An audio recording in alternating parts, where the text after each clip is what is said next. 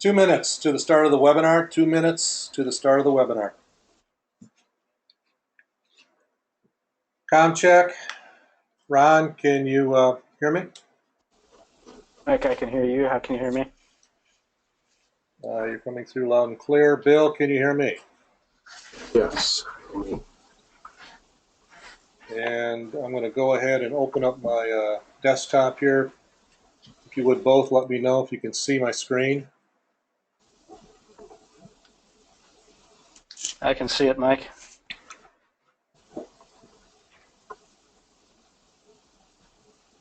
I do not have it yet.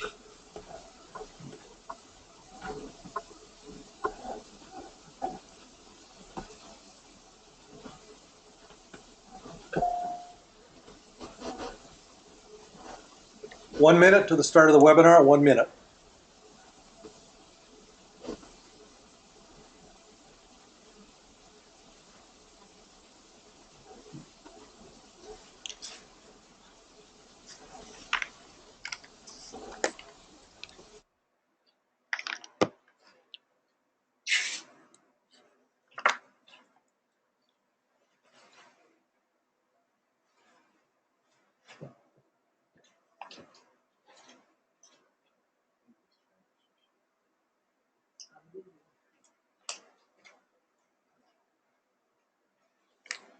Okay, welcome to the webinar titled Defending Your Homeland, How to Defend Your Home, Business, School, Church, or Community During a Civil Disturbance. My name is Mike Smock. I am Vice President of Business Development at Pulse. I'll be your host and MC today. Joining me are two colleagues from Pulse, Ron Danielowski, who is Vice President and Chief Instructor, along with Bill Talon, Vice President of Tactical Operations. The webinar today is scheduled for 1 hour. We have about 50 minutes of content, after which we will throw it open to questions. If you have a question during the course of the webinar, please go ahead and use the question box that is in the GoToWebinar control panel. Enter your question. If we can answer your question during the webinar and it's in context of what's currently being discussed, we will try to do that. If not, we will answer all questions at the completion of the webinar. Today's webinar is the 8th in a series of 10 webinars that have been presented on consecutive Thursdays. The inspiration for the webinar series is the RNC convention in Cleveland coming up in about 3 weeks. The reason it's the inspiration is because it's indicative of the polarization that we see occurring not just in the United States, but currently throughout the world. And out of that polarization, we're seeing threats that haven't really been seen in 100, 150 years in the U.S., and they are threats that likely are going to be difficult to predict. And therefore, the intent of these webinars is to provide individuals, businesses, schools, churches, and communities with the tools and tactics that they need in order to take responsibility for their own defense. The agenda that we follow during each webinar is on the screen. We have a weekly topic. We then take that topic and we discuss it in terms of an actual historical event. We then construct a hypothetical scenario and bring it current in order to animate it from the standpoint of current events and issues that everybody is facing. And then we talk about the applicable skills, techniques, and tactics that you would need in order to address that threat. So that's the agenda that we follow each week. Before stepping off into the webinar content, I do want to tell you a little bit more about Pulse and some of our resources. Pulse offers combative firearms instruction. We train individuals, teams, and units to defend life and property. We use a training ladder, which is depicted over on the right here, that we developed in order to move a firearms novice through 4 distinct stages of skill development. At the bottom of the training ladder is firearm fundamentals. We talk about firearm fundamentals from the standpoint of handgun, shotgun, and rifle. All novices start with a handgun, and even if you just take a single combative firearms training course module from us, 4-hour module, you will be greatly ahead of the game from the standpoint of people who don't take training. And more importantly, you will be ahead of the game from the standpoint of individuals who are taking introductory courses offered by the NRA or other groups that focus primarily on basic marksmanship. Our whole competency is focused on combative firearms, and that's a different set of skills that we'll talk about more in a little bit here. So firearm fundamentals starts with handgun. We also offer shotgun and rifle. For individuals who want to go further in the ladder, they might develop all 3 skill sets and have a 3-weapon competency. But if you just stick with the handgun fundamentals, you'll be more than prepared to start to take care of your own self-defense. So firearm fundamentals is at the bottom of the training ladder. Next up is individual tactics. This is where we train individuals on the defense of home and also when they're out on the street. With individual tactics, you learn how to move with a loaded weapon. You learn how to engage. You learn how to clear hallways, cross thresholds, clear rooms, pie a door opening, work staircases. You learn about concealment and the difference between concealment, cover, and concealment. You learn about spalling. All these are basic fundamentals that individuals need in order to become a competent operator. We also train micro teams at this level. Micro team could be a husband and wife clearing a threat in their house in the middle of the night. It could be a couple of business colleagues engaging an active shooter. Next up is team tactics. This is where we now take individuals and weave them into teams, typically 6-man teams, in order to defend a specific facility such as a business, a school, or a church. With team tactics, we also get into the analytical side of putting together a vulnerability analysis, a site analysis, threat assessments, wargaming, all the techniques that you need to learn in order to stage an effective defense of a single facility, such as a business, a school, or church. At the top of the training ladder is unit tactics. Unit tactics involves the defense of geography, in this case a territory that would be described or defined by a community or a neighborhood. With unit tactics, we are now weaving together teams in order to defend multiple facilities, residences, various workers, people throughout the community who are now potentially engaged in the effort to defend their community. Today's webinar will focus on community defense.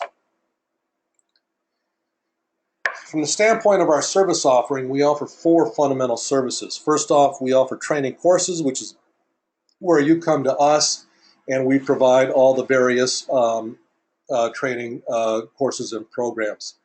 Second of all, we offer on-site engagements, which is where we will come to you. We could come to a specific business or church or school and put on one of our training programs at your site. We also offer training manuals. We have authored a set of 7 training manuals that describe our overall training ladder and approach. And last but not least, we offer memberships in our online portal called the O2DA Defense Academy. We sell memberships to the Defense Academy for individuals, teams, and units. The reason I'm telling you about this today is because everybody will get a free 14-day trial to the Defense Academy, and that's where we place all of the webinar replays, plus the slide decks and the various handouts that are part of each webinar. I'd like to show you quickly how to access your trial so that you will be able to not only replay this webinar if you desire, but also be able to download the various handouts. To do that, at the end of today's webinar, after the replay has been produced, we'll upload it into the Defense Academy, and then everybody will receive an email. In that email, there will be a link for you to use in order to sign up for your free 14-day trial. When you hit that link in your email, this is the page that you land on. And again, this is a free trial. You don't need a credit card in order to take advantage of it. All you have to do is input your name, select a username and password, and your email address, and then hit sign up, and you're good to go. Once you hit sign up and you're into the Defense Academy, then this is the page you're presented with initially. This is the home page for the Defense Academy. Once in here, you'll want to come up and hit on the Profile tab. You can fill out your profile with as much or as little information as you choose, but the most important part of the Profile tab is your groups, because that's where you're going to find all the content from the webinars. So hit groups. For you, there will be simply one group that will be populated in there. It'll be the Defending Your Homeland group. Select that group. And then inside here, you will find the replays from all prior 7, which will be 8 webinars at the end of today. So you'll be able to watch those should you desire to do so. You will also be able to access all of the slide decks from the previous webinars, along with the various resources, including case studies and our manuals and protocols. So you'll find all that in the defense group inside of the Defense Academy. And again, all you have to do is, via the email you get today, hit the link, come here, sign up, and then access your free trial. Okay, so with that, let's get into the specific content for today. The topic today is community defense, how neighbors can protect their community. We will be using information from the case study, the Schmidt family case study. We introduced the Schmidts 2 webinars ago. I will not do that again. You will be able to provide or find all the information about the case study itself inside of the Defense Academy. But I would like to just briefly summarize that within the Schmidt case study, what we did was to take a composite set of events and activities that some of us at Pulse have been involved with, involving the city of Detroit, and our experience from the standpoint of living there, offering businesses there, and from the standpoint of the history of Detroit and what's currently happening. So what we wanted to do is construct a case study that would allow us to take a look at current events in real time and use something that has some basis in reality. The case study itself has a very detailed set of resources that accompany it, including a complete backstory on the family itself as far as the current situation, the story of their business, which is called Auto Parts Distributors. There is a security briefing in there that shows you how to put together a security briefing for a business, a site survey, a mission essential task list, a wargaming example, and then an after-action report. So all of these are resources that you will find very important from the standpoint of defending a business, a church, school, and most importantly, a community. So with that, I'm going to turn it over to Bill Talon.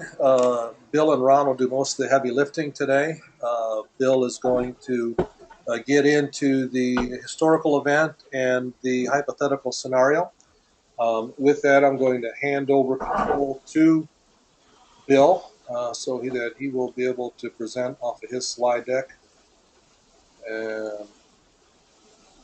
And let's see, Bill, you should be good to go there.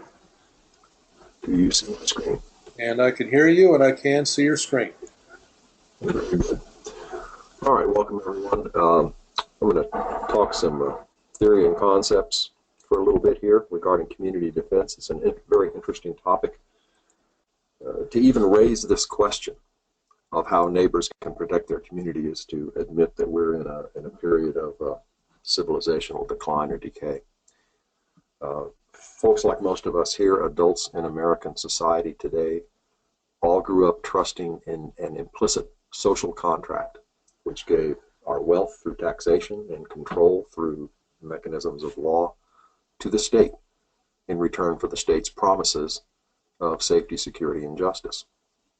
But unfortunately now, from the inner cities to the hinterland to the setting we've watched all year of political rallies last year and this year, and of course the worsening climate of international security, the ability of the state today to make good on that commitment is eroding rapidly.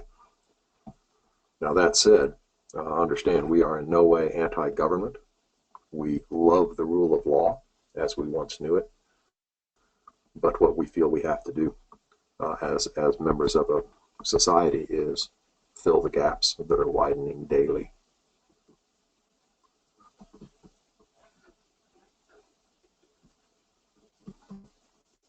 We've spoken here in earlier webinars about the logic and methods of threat assessment. That's an important foundation to all of our discussions.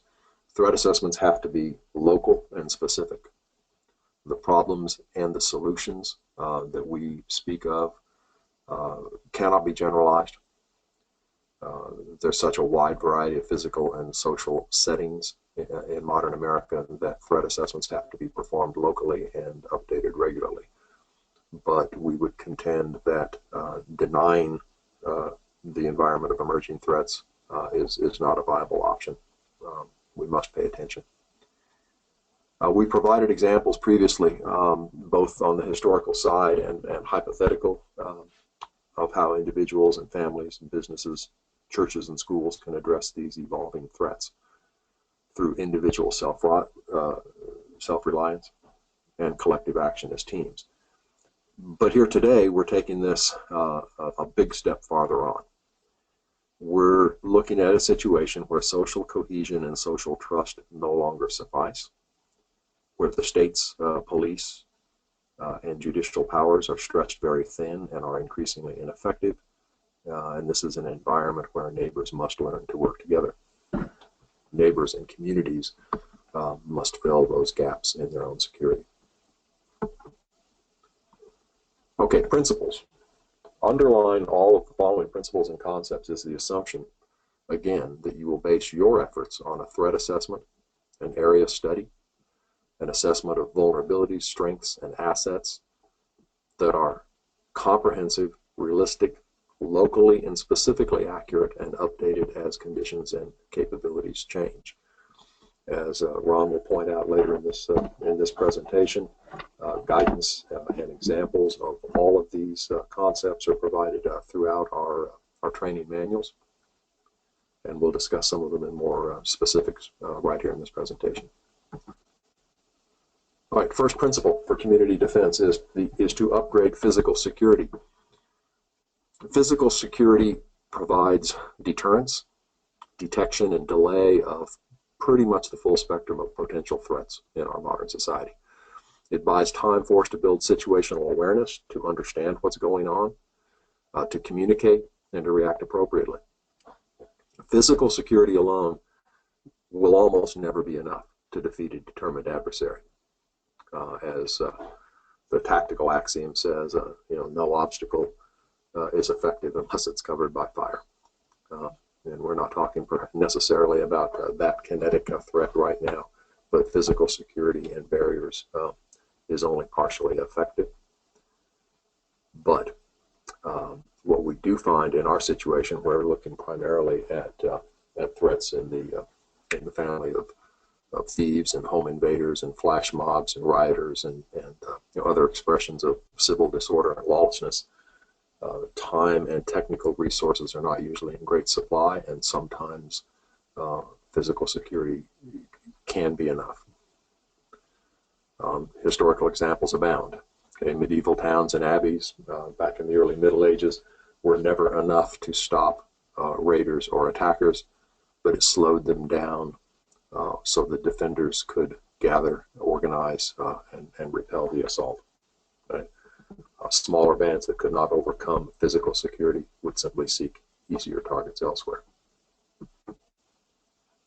In practice, what physical security means is that you as a community will provide standards, advice, encouragement, and assistance to your neighbors, whether families in their homes or institutions, that will allow them to harden up their premises or be prepared to do so in a crisis or when threat levels increase. It also means a close look at avenues of approach and egress to your community in general. In times of heightened tension, can these routes be closed, controlled, or at least observed to provide early warning? Okay, the second principle, community observers. A community has to develop a system of observation, reporting, and alert that depends upon citizen volunteers. A system implies training and organization and planning, as well as communications means and procedures. The nature of your community, the level of commitment and involvement of citizens, and your spectrum of potential threats will shape your answers to these questions. Who's watching? What are they watching for? To whom do they report? These will be community members going about their daily business but alert to what is going on around them, prepared to call in reports when they observe something suspicious or out of place. These community observers should be educated by your organization to understand the spectrum of potential threats, to identify precursors or indicators of trouble. Almost all of us need training and encouragement to avoid the traps of complacency and normalcy bias. That means finding and sustaining the moral courage to report a suspicious event or observation rather than dismissing it, even when the event or the incident or the condition that you see does not constitute a violation of law or a direct threat against anyone's safety. Observers need to be willing to sound a false alarm, because if their alarm turns out to be unfounded and not actionable, they will contend with embarrassment, and embarrassment is a small price to pay for vigilance and is in everyone's interest. Reporting by citizen observers, therefore, must be easy and consequence-free. Errors in the sense of false alarms should be tolerated, in fact, should be encouraged. Citizen observers, community observers will rely in normal times primarily upon phone contact with a communications plan for backup if conditions deteriorate. The acronym PACE refers to primary, alternate, contingency, and emergency means of communications. We'll speak of this a little more with examples later on. All right, the third principle is community patrols. These will be community member volunteers who patrol on foot or by vehicle in order to detect, monitor, and report suspicious or threatening activities. This is definitely a more dynamic and proactive role than the static observation that observers provide. It will have a considerable deterrent effect. Whether these patrols would operate as in single individuals or in pairs, their overall numbers, and their hours of operation will depend entirely upon the specific threat environment and a number of other specific factors. When patrols observe suspicious or threatening activities or are notified of them, they establish and maintain visual contact, investigate to the extent possible without compromising their own safety or worsening the situation, and they help the operations center and leadership cadre build an estimate of the situation.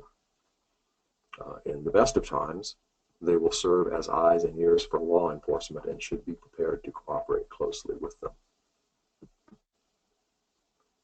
In the event of a general or a specific alert, community patrols may be augmented by additional personnel, and they can assist with the dissemination of alert messages through personal contact.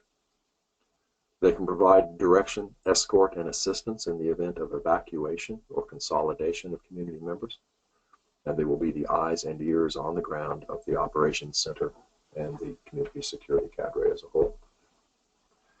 They will have the same rights of self-defense as any citizen, but they must clearly understand that under normal conditions, they have no more authority than any other citizen to enforce the law, to command others' behavior, or to intervene in a violent or threatening situation.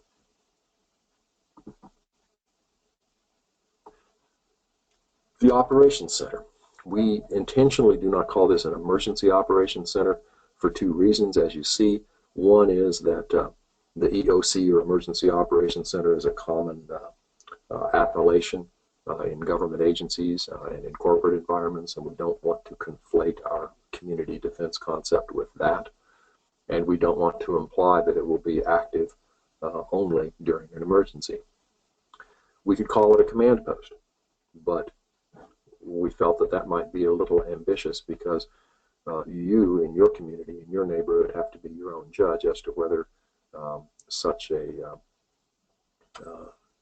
entity will actually have and implement command authority, or we're recognizing the realities in most communities and emergent security situations. You may find yourself herding cats just as much as commanding an organization.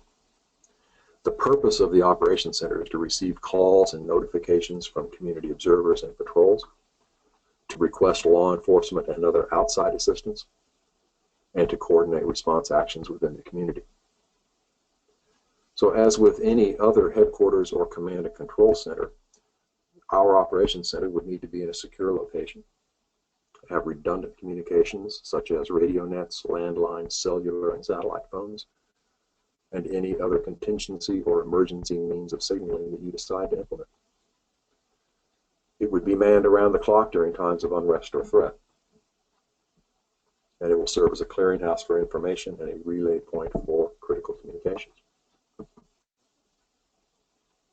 The Operations Center should have a clearly defined protocol for transmitting critical information to identified community leaders and security cadre, and for initiating a general alert.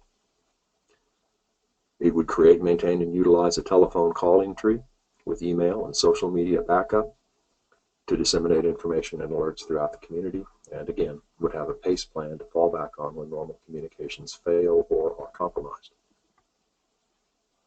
A safety bulletin providing best available current and forecast information on potential threats should be disseminated at least daily to all subscribers, again relying on some combination of social media, email, texting, or pre-recorded phone messages. The next principle is protected locales. This is a principle, a concept that's based on two assumptions. One is that common law and statutes in most jurisdictions recognize your right to defend yourself on your own property, but not as armed groups in public settings. And secondly, some people in your community will not be capable of effective self-defense, and some properties will not be defensible. Therefore, you should seek to identify locations, and they may be homes or businesses, churches, schools, other community buildings, that can be protected against the various threats that you envision, and they should be designated as sanctuaries or rallying points for others. These protected locales are the modern equivalent of the medieval castle where people gather in a protected environment under threat.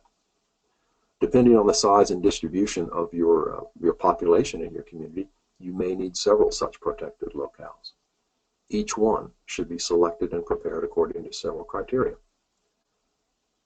It should be a structure that can shelter the expected number of people, which means a well-built structure with doors and windows that can be secured.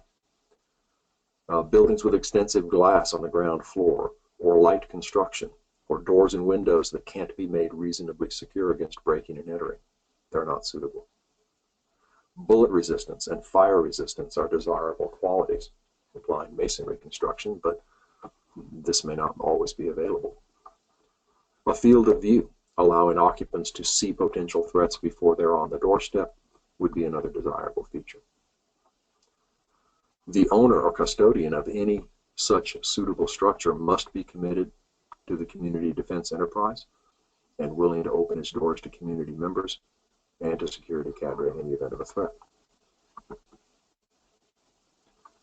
A protected locale should have a reasonable stockpile of food, water, and other essentials, such as medical supplies. Sanitary facilities are vital, and alternative lighting and heating may be important in the event of a protracted crisis. As we mentioned earlier, there's a tactical axiom that an obstacle is worthless or provides only minor delay unless it is covered by fire. In our context, if the threat includes human adversaries of any sort, passive structural barriers are probably not going to be enough, just as lockdown is only part of the solution in an active shooter scenario. You'll need defenders, appropriately armed, trained, organized, and disciplined. They might be associated with the premises, owners or tenants or employees, or they may have to respond to that location from elsewhere. How many, how armed, how organized, trained, and led they will be up to you and your organization, should not be left to chance or improvisation. Sixth principle, consolidation under threat. Community members should know the location of the nearest protected locale and be prepared to gather there, given sufficient advance warning. And they should have a willingness to abandon their own premises until the threat abates. This is going to be socially and psychologically difficult. It will only be feasible if community members are mentally, emotionally, and physically prepared to abandon property that cannot be protected, or alternatively, to host others on their own property. This can be a challenging concept for lots of Americans. We've all been raised and socially conditioned to consider our home as our castle, and to resist the suggestion that we should abandon it under threat. But in modern America, this may be a practical necessity. Seventh principle, reaction teams. Your defensive capabilities are going to be far greater if with some form of mobile reaction force than if you have to depend only on a network of nodes of defended points that cannot offer mutual support. Now, whether in fact you can organize and train teams to conduct armed response to threats, acting outside the boundaries of private property, will be entirely dependent on how you address the sensitive legal issues of operating as an armed group in a public setting. Statutes differ and perceptions differ, but you will have to approach this with great discretion and restraint.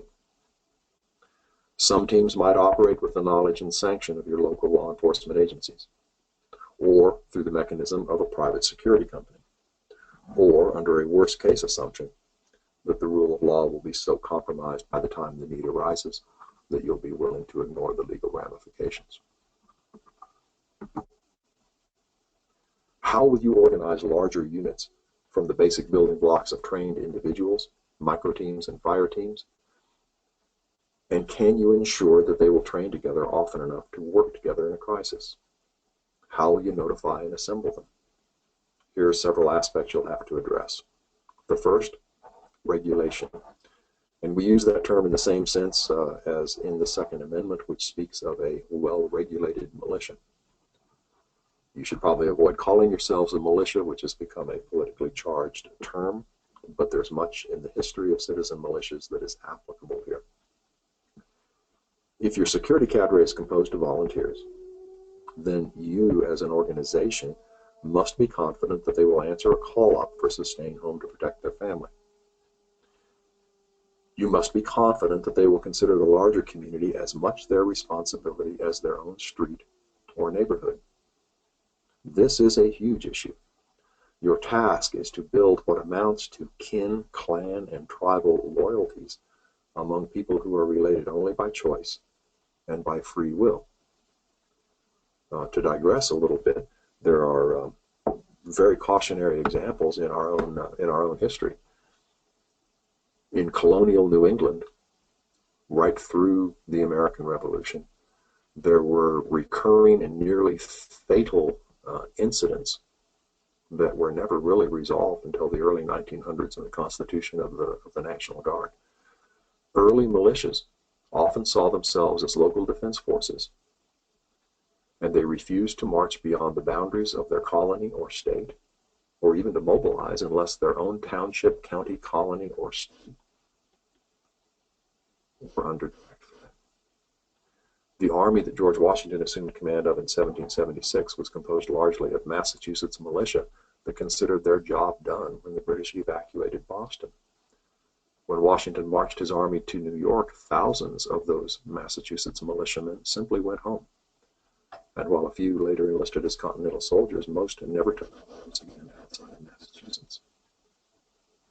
This is a process and a set of attitudes that you will have to address in the context of community defense. Will community members willingly serve only alongside their own relatives and friends in direct defense of their own property and neighborhood? Or will they serve as willingly with or under the command of fellow citizens that they may not know so well in support of a larger community when that could pull them away from their own homes and families? Additionally, there will be those that are capable of effective self-defense in a static position, but who lack the physical able to maneuver in a threat environment. There will be others who are young and fit, but unwilling to step beyond boundaries that they set for themselves.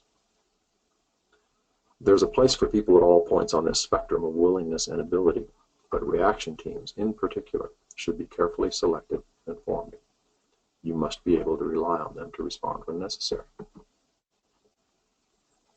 Further, command, control, and communications. There is a big difference between leading a small team in a tactical environment and having the ability to think several steps ahead, coordinate the actions of several teams, and balance conflicting priorities when much of the action is occurring beyond the range of your senses or your direct control. That is a leadership challenge of an entirely higher order. Leaders who can do this by virtue of prior training and experience are worth their weight in gold, and you must identify them, recruit them, and utilize them. Mutual support is an issue you must address. Security elements at protected locales, community patrols who may still be at large in the community as a threat develops. Reaction teams of any size and composition must all have the ability to recognize when they can support one another and cooperate, and they must have the means and the training in order to do so effectively, using, in most cases, the concept of implicit communications, because we expect that technology will fail. Reaction teams must attempt to minimize their exposure because it is difficult to envision a community defense organization that will have excess manpower or that will tolerate casualties without a very deep and immediate effect on their morale. Missions assigned and techniques of movement should minimize exposure both to active threats and to agents of the government who may misidentify your operators as enemies rather than enforcers of public order. And that leads us right into the consideration of identification, friend and foe. If any form of hostilities or violence are underway, the danger of fratricide, of friendly fire, of blue on blue engagements will be extremely high, especially if you have patrols or reaction teams moving about in the same operating space as the threat, while other security elements are guarding fixed positions. Communications, coordination, and marking of friendly positions and personnel are extremely important. You must maintain a reserve. Regardless of the number and seriousness of the threats you face, and regardless of the limited manpower available to you, you must, at this level of tactical operations, maintain an uncommitted, centrally located reserve with which to respond to the unexpected. When, in your historical studies, you come across references to a commander committing his last reserves, you should understand that he was either foolish or at the absolute end of his resources and acting in desperation. Do not overextend. Know your capabilities and do not commit limited and precious assets to tasks that they cannot achieve. When you have more tasks than you have teams, it's time to pull back, consolidate, and balance your assets against your responsibilities and commitments. From Sun Tzu to Frederick the Great, we are reminded again and again and again that he who defends everywhere defends nowhere. Now, let's back out of that theoretical construct for a moment. We'll talk about a historical example, historical context that may bring these requirements into focus a little bit. We'll leverage our preparations and our actions on what we observe elsewhere. We'll learn from others' experience. So we're going to take a look at Sweden today. Sweden is, or has been, a prosperous, progressive first world nation. Once very socially and culturally homogeneous, Sweden's been a target for immigration from Muslim nations since the mid-1970s. The trickle became a flood in the latter half of last year when 190,000 refugees or migrants arrived. Those 190,000 constituted 2% of Sweden's total population, which is less than 10 million.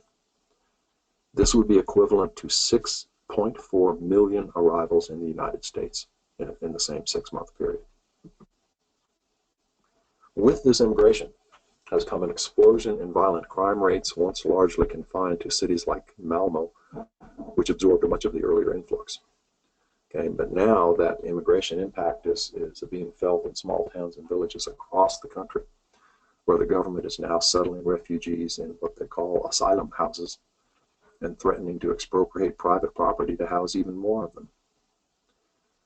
Since the era of officially sanctioned mass immigration began in 1975, violent crime in Sweden has increased by 300%. The incidence of rape has increased by 1,472%. Sweden is now surpassed globally only by the tribal homeland of Lesotho in South Africa in the number of rapes per 100,000 population. Coupled to this explosion in crime has been, just in the last year, a severe cutback in police services. Police stations have closed. Their officers have been consolidated in regional centers from which their response time, when they respond at all, is now measured frequently in hours. By late 2014, which again was before the massive refugee flow in late 2015 began, Swedish police officially reported that they had ceased operating in 55 no-go zones across the country, ceding control of those areas to criminal gangs. These zones mostly coincide with the 186 exclusion area ghettos that are populated primarily by recent Muslim immigrants. Prior to this, mailmen, firefighters, and ambulance crews had frequently been attacked when they entered those areas, and they all demanded police protection to enter them. When the police themselves started routinely coming under attack, they simply stopped entering those areas at all. Those areas are now ruled by clans, tribes, and criminal gangs without regard for Swedish law. Do we see the beginnings of a similar situation in parts of America with the post-Ferguson, post-Baltimore anti-police campaign? How many areas in this country might become similarly ungovernable if current trends continue? Elsewhere in Sweden, there has been a continuing upsurge in violence against immigrants, including the burning of asylum houses and various forms of so-called vigilante action targeting immigrants. Police, when they are active at all, disproportionately target this native Swedish reaction. Violence on both sides of this cultural divide is symptomatic of a descent into anarchy, of a failure in the social contract, a failure of the state to provide safety and security for its citizens. So what does the educated population of a developed Western nation do under such conditions? Well, two things primarily. Interestingly enough, the Swedes, like many other Europeans in the last year or two, are arming themselves. The numbers of firearms permits is growing rapidly, and over 500,000 people in a country of less than 10 million now own almost 2 million firearms, which doesn't seem like much from the American perspective, but those are significant numbers for a modern European country long committed to strict gun control and nanny-state socialism. Secondly, they form private defense networks. One Swede, whose farm has been robbed 3 times by immigrants recently, asks, "Are the state and I now in agreement that our mutual contract is being renegotiated?" When she reported her last robbery, the police advised her that since their resources were all on loan to protect the asylum houses in nearby cities, they should contact a local vigilante group, their term. That group turned out simply to be a group of private business owners, a private defense network, that had formed in 2013 to patrol their own area after being robbed nearly every night. So, enough on Sweden. Sweden's future is in Sweden's hands. But we can see similar trends in America, and that's why we're having this discussion today. So now we're going to look at our case study of the Schmidt family and business in the Baker Ford neighborhood of Detroit. We're going to back out, gain a little altitude, and look at the situation there from the broader community perspective in an indeterminate near future time, after Fred Schmidt and his peers have made some progress in organizing their community for its own protection. All right, here's the Baker Ford neighborhood in Detroit. Detroit's long decline, despite the best efforts of many of its citizens, has led to a breakdown in social cohesion, worsening race relations, and a near absence of police activity in the inner city. This situation awaits only a spark. The ignition point, as we've discussed previously as an example in this webinar series, as in 1967 or 1968, the spark may come from outside the city or it may be local. The Baker Ford historical neighborhood has been an island of peace and order until now. Last night, a Baker Ford Protective Association community patrol member on foot witnessed a cargo van pulling into the driveway of a darkened home in the 200 block of Foxtrot Street, disgorging 4 men who quickly disappeared around the back of the house. Since there had been a series of burglaries and one armed home invasion in the area over the past week, he assumed he was seeing an unlawful entry. So, as the suspect disappeared from view, he moved down to the middle of the block across the street to get the tag number off the van, while he speed dialed 911 and his own operations center. As he retreated back up the street to find a more concealed vantage point, 2 of the suspects emerged from the front door of the house and gave chase, shouting threats and brandishing at him what appeared to be a knife and a crowbar.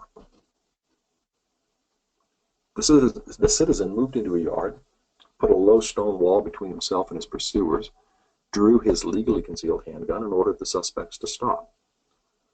But they sped up, and as they vaulted the wall 10 yards in front of him, he opened fire, engaging each with 2 well-placed rounds. Both suspects fell to the ground wounded. 2 more suspects emerged from the house, took in the scene, jumped into their van, and fled east down Foxtrot. Somewhat surprisingly, given their recent history of a slow response to emergency calls, the Detroit Police Department and Emergency Medical Services arrived about 20 minutes after the shots were fired. 1 suspect was dead on the scene, and the other, who after being restrained with flex cuffs had received life-saving care from the watch member, was transported to the hospital where he remains in critical condition. The watch member was neither arrested nor charged. Word of the shooting spread rapidly through Baker Ford and adjacent neighborhoods.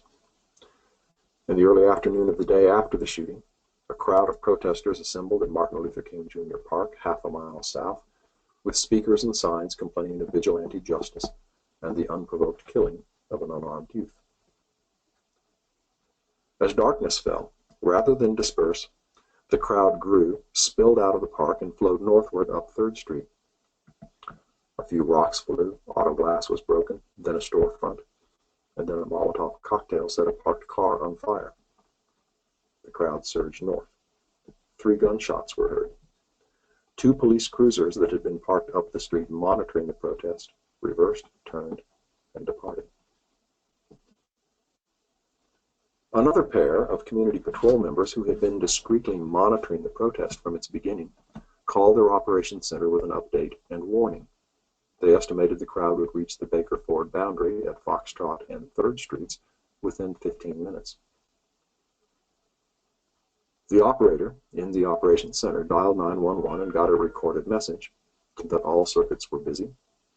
A direct call to the nearest police substation resulted in a harassed assurance that they were aware of the situation and would respond when units were available. Community leaders who had been on call since the last night's incident were contacted and reported quickly to the OC. Let's back up a little bit. Let's talk about this Baker Ford Protective Association. It is currently in its third month of operation, with limited funding and limited but growing public support within the neighborhood. It's had only one incident to contend with, which by the way, you will find described in some detail in our unit training manual in the Coast Defense Academy. An attempted gang shakedown of an area of business over in the light industrial district, which was resolved well and peacefully, but it raised the protective association's visibility with both positive and negative consequences. The city administration is uncertain whether to treat them as a neighborhood watch or as a vigilante group. Police attitudes below the level of the politically appointed chief are generally, if cautiously, positive. They're unaccustomed to cooperation from citizens and badly overextended. Fellow citizens in surrounding neighborhoods are envious and uncertain. Why should this sort of private action be necessary in modern America?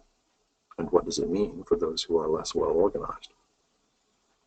And finally, of course, bad actors, from petty criminals to gangs and social justice agitators, are openly and vocally hostile.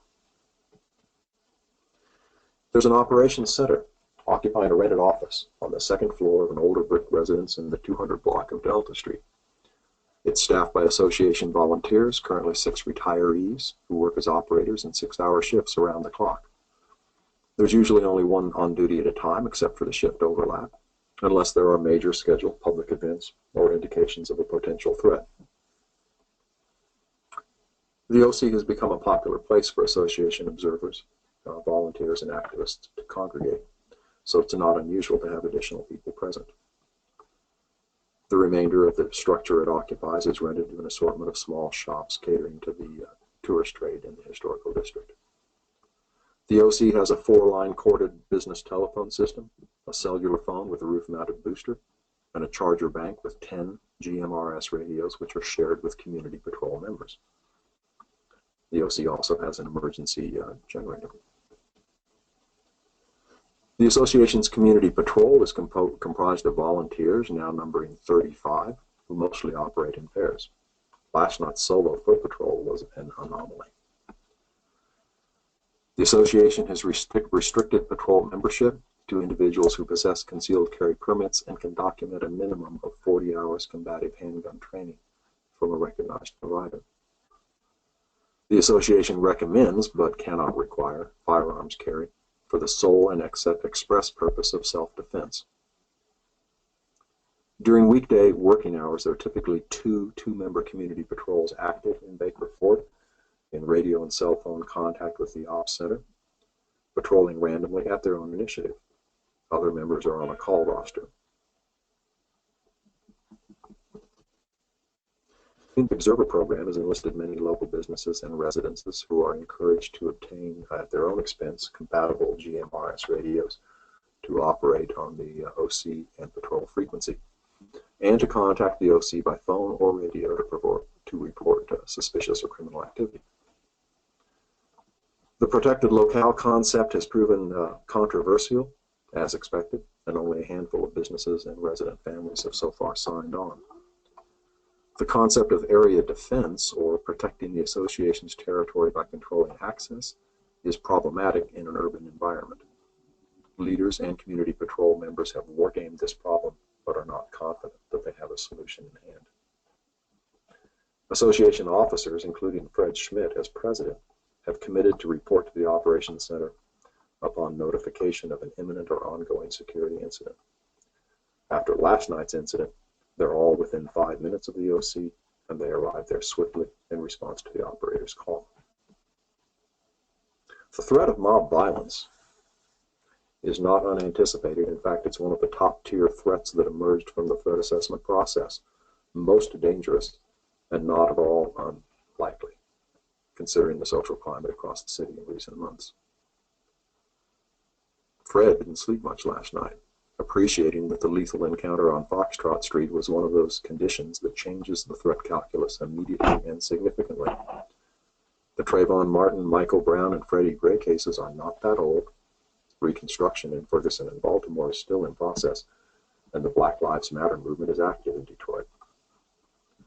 Fred's first order to the OC operator over the phone before he even arrives is to execute the group call to activate all community patrol members and to send an alert notification to all association subscribers by text and email. The community patrol has been organized into nominal 6-man squads for training purposes. Fred's first action on arrival at the OC is to contact the 6 squad leaders by cellular conference call.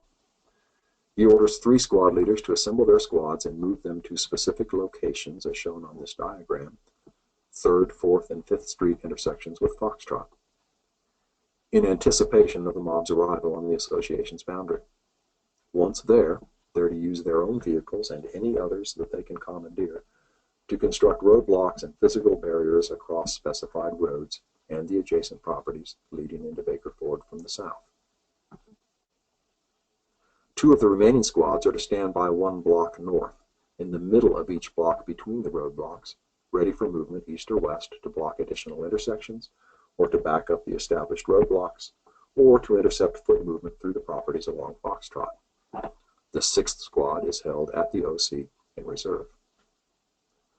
All community patrol members are cautioned to keep weapons concealed and reveal them only if directly threatened. Long guns, if available, are to be secured inside vehicles and retrieved only as a last resort.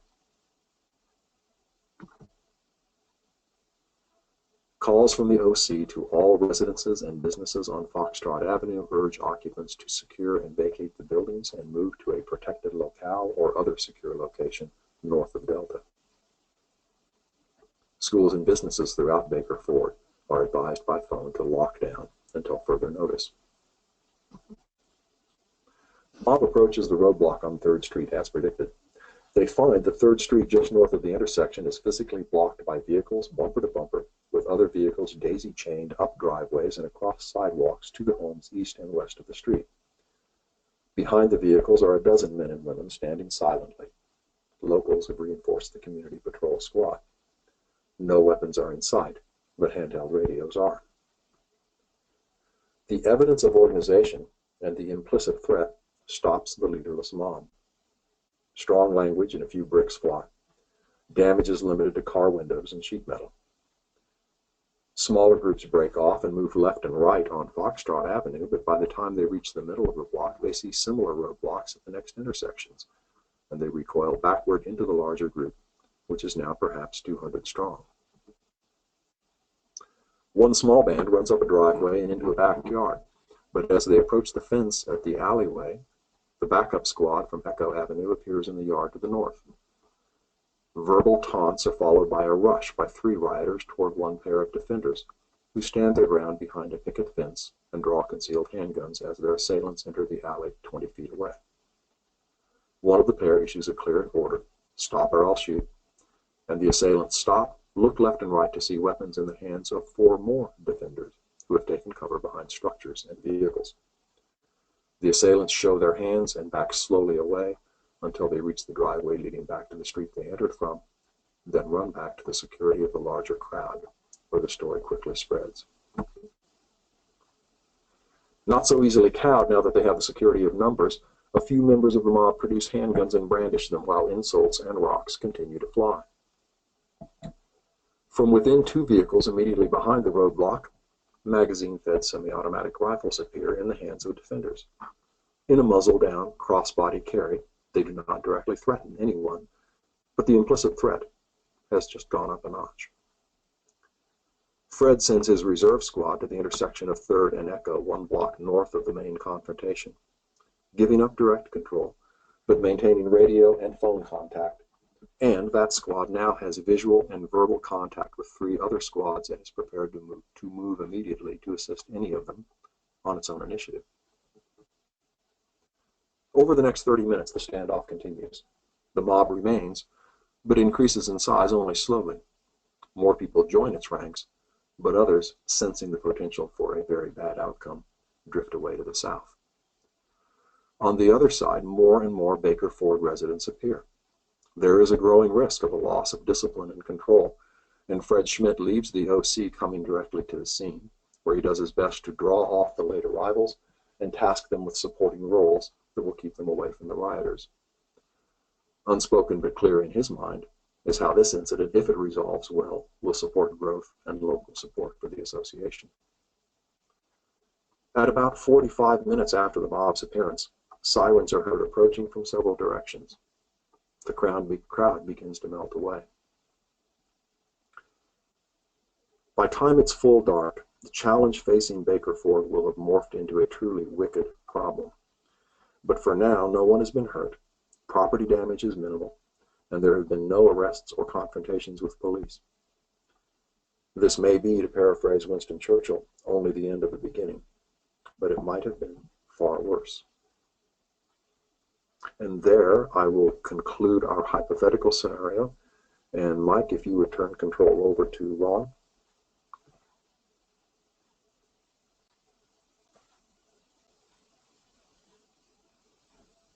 Okay, hold on, Bill, and I will hand off to Ron here.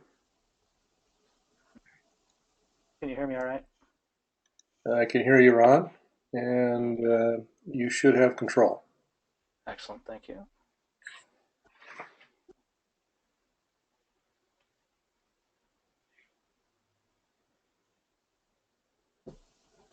You guys see that all right?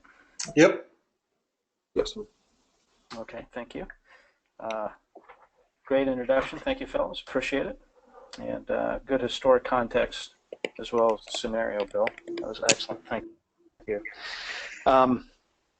So when we come back down to taking a look again in what enables an effective response, and at this point the answer should be familiar with everybody who's been listening to this. We have it up here on the slide, and it really boils down to effective planning and leadership. I'm going to leave that slide there and just going to hit on a couple of key topics really quickly here. And that is, when we talk about that realistic planning that we're looking at based upon a threat assessment has been mentioned. What we're looking at here is considering those things that are local and specific. I'm not going to delve really deeply into this, but again, I want to show everyone that is listening what we have in the Defense Academy for you. I know that a lot of this intellectual material isn't quite that sexy, but what you do need to know is that it is in here. We're not hiding any steps from you. You're able to actually go in here, dig into the meat of this. For instance, the threat assessment we were just looking at there, how to do things like look at your environmental threats, characterizing your threats, grading your threats, your site surveys, etc. And then the Defense Academy in here goes much deeper as well. In the unit tactics manual, we get in here into leadership and planning. And again, I'm not trying to bore you with this stuff, but I want you to understand that we get very deep into this, and we're giving you really full access to this information that is solid information. It's provided with real-life scenarios that give you an idea how to apply this, as well as our fictional group, the Schmitz, and what they do to better prepare themselves. That's all outlined in the Defense Academy. And so I want you to get a good idea of everything that lays in here, the access you can take to it, etc. And at this point, I just want to take a real quick step back, because what we're departing from now is that individual training and getting into the unit tactics that in the past, where we were looking at the individual and the small teams. Now we're looking at the teams and the units, and it bears, again, a discussion on what gives you that success. And I'm just going to go over this real quick. When we look at this, if you kind of visualize it and customize it for your place, your facility, your place of work, the way this might model for yourself and your teams, what we get into then, again, are the individual tactics that is the underpinning for the team and the unit tactics. Again, the Defense Academy has a lot here for you. Here you can see the handgun drills in this content. You can also see we have shotgun drills and rifle drills as well. And when we're in here looking at these, they're all laid out basically the same way. You come in here, you'll get your discussion of what we're going to talk about. You'll get a quick introductory video how that particular piece of the puzzle should look and fit together. And then we get into the detailed discussion on how these particular techniques work, and more importantly, why they work the way they work. So you can see that there again for the handgun. Then we get into the individual tactics, where we get into some rather deep stuff, like, for instance, the distance and spalling and what that might look like and what it is, how it would affect you if you're standing too close, the appropriate way to deal with these things when we start looking at our sphere of influence, that sphere of influence, how it relates to the individual operator, actually giving value to his team and his skills, abilities. And we also talk about the limitations of the individual. And we give real concrete examples and demonstrations of why you always want to look at grouping up with people. And then we get into the team tactics and looking at how 2 men is great, 3 is even better in those micro teams, and then we can start squatting up. And now you can start to see this buildup of the ideas at this point that brought us here for effective teamwork within the teams, and shortly and potentially here in the units. Even though they only had a few months on the ground, they were prepared. They were able to come in. They were able to look at the assets they had on the ground, the new assets they were bringing all the time in to here, how to utilize those new assets in the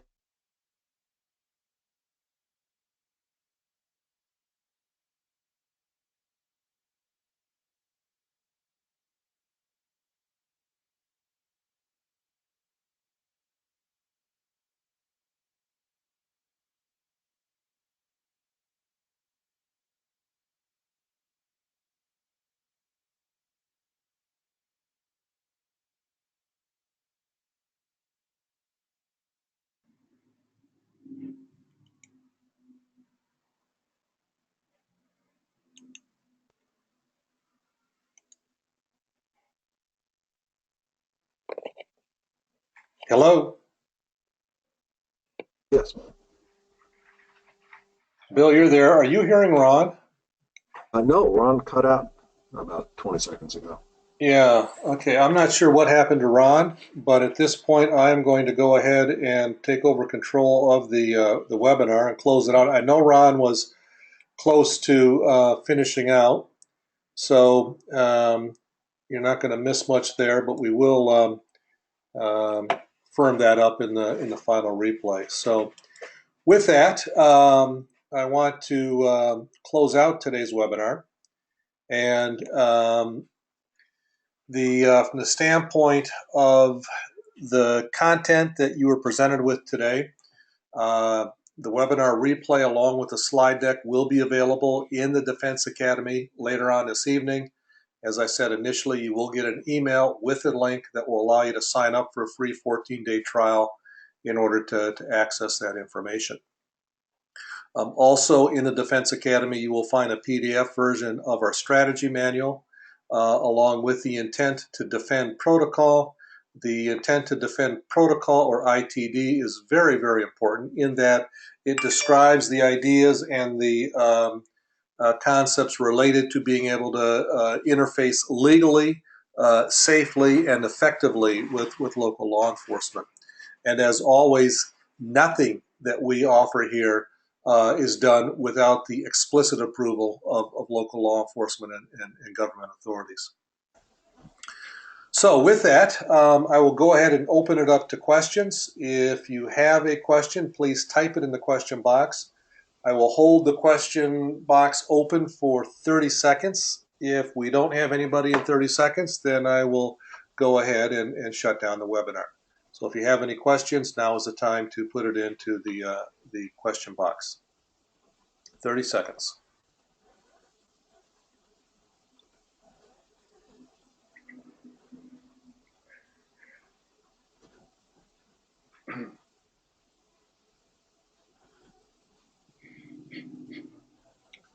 Ten more seconds. Anybody have any questions? Hop on. Otherwise, we'll close out the webinar.